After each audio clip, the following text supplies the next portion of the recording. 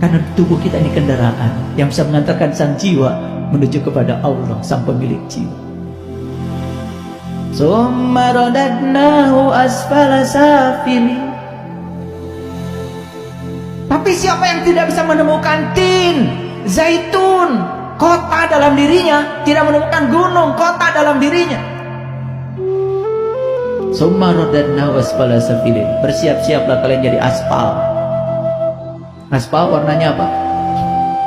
Hitam, gelap, kulita. Di mana aspal adanya? Di jalan. Diapain? Diinjak.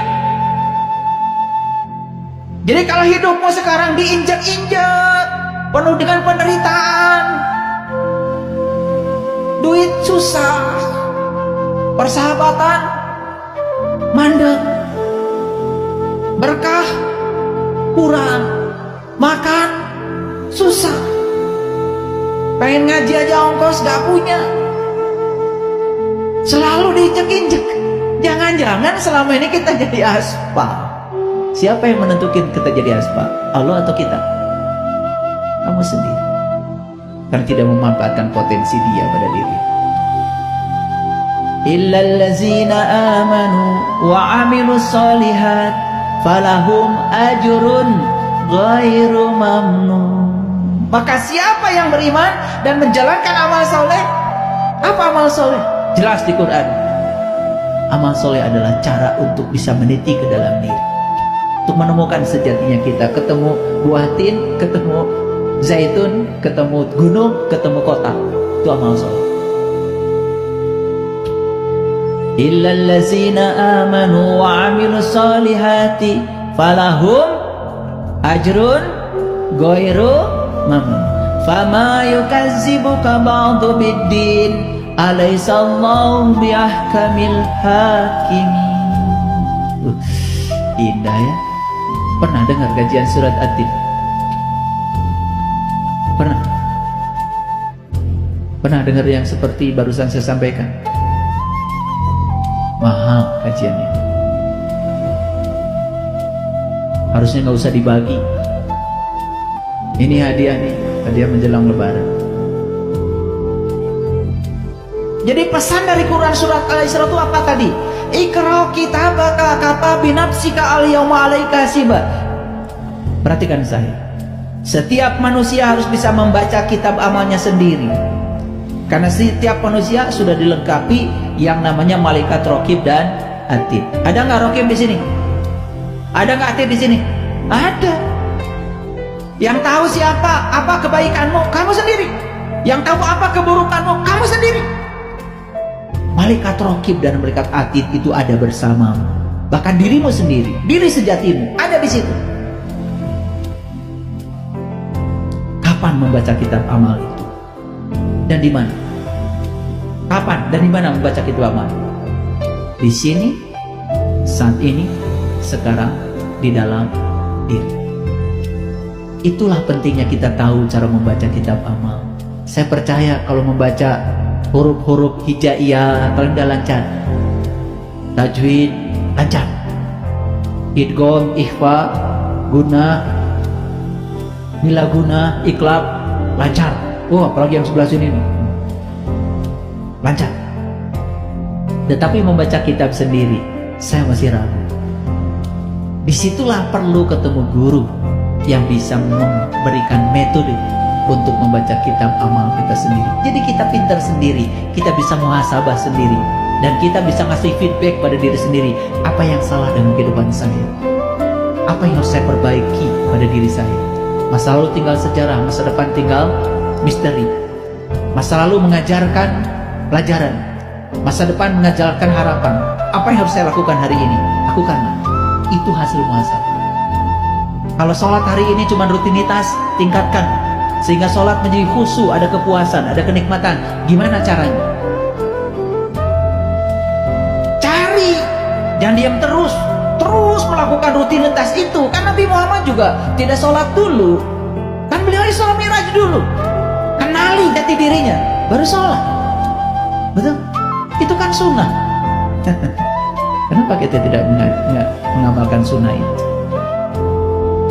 Ya, oke, lanjut. Jadi kapan alam hisab itu terjadi?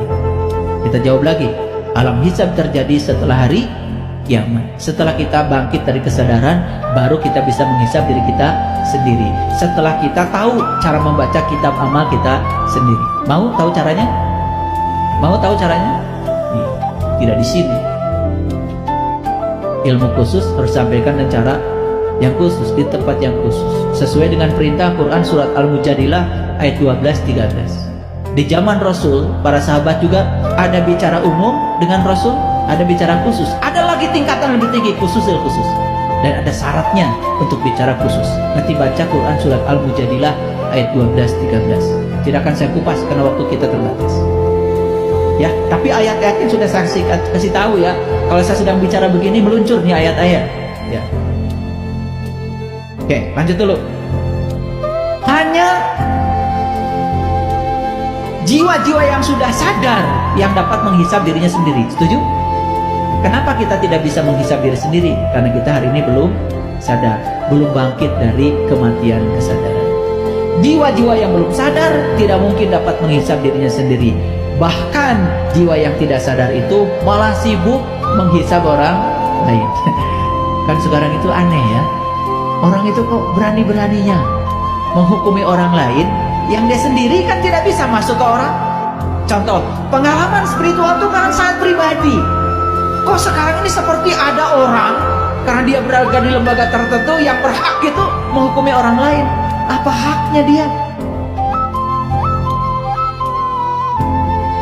Saya nggak tahu apa dia suka baca Maliki Yaumiddin ketika sholat atau tidak. Kalau baca itu dengan kesadaran, harusnya kan sadar bahwa saya tidak punya hak menghukum. Maaf ya, di negeri kita ini penyakit alergi masih kronis. Tahu alergi? Alergi terhadap perbedaan maksudnya. Kudu sarua kabeh. Padahal wajah kita juga berbeda. Yang menciptakan perbedaan itu Allah. Allah yang maha luas. Kita bisa selami seluasnya Allah. Oleh karena itu maka orang yang menyelam ke dalam kelautan jiwanya tidak bisa dijustifikasi oleh siapapun, karena yang tahu dia cuma dirinya sendiri. Hati-hati ya kalau menghukumi orang tuh, jangan sok-sok. Yuk kita baca ayat ini. Ini Quran surat Ar-Ra'd ayat 31. Walau anna Qur'ana suyirat bihil jibalu au quti'at bihil ardu au kulima bihil mauta balillahi amru jami'an. Dan sekiranya ada suatu bacaan yang dengan bacaan itu gunung tergoncang, bumi terbelah, oleh karena itu orang-orang yang sudah mati dapat bicara.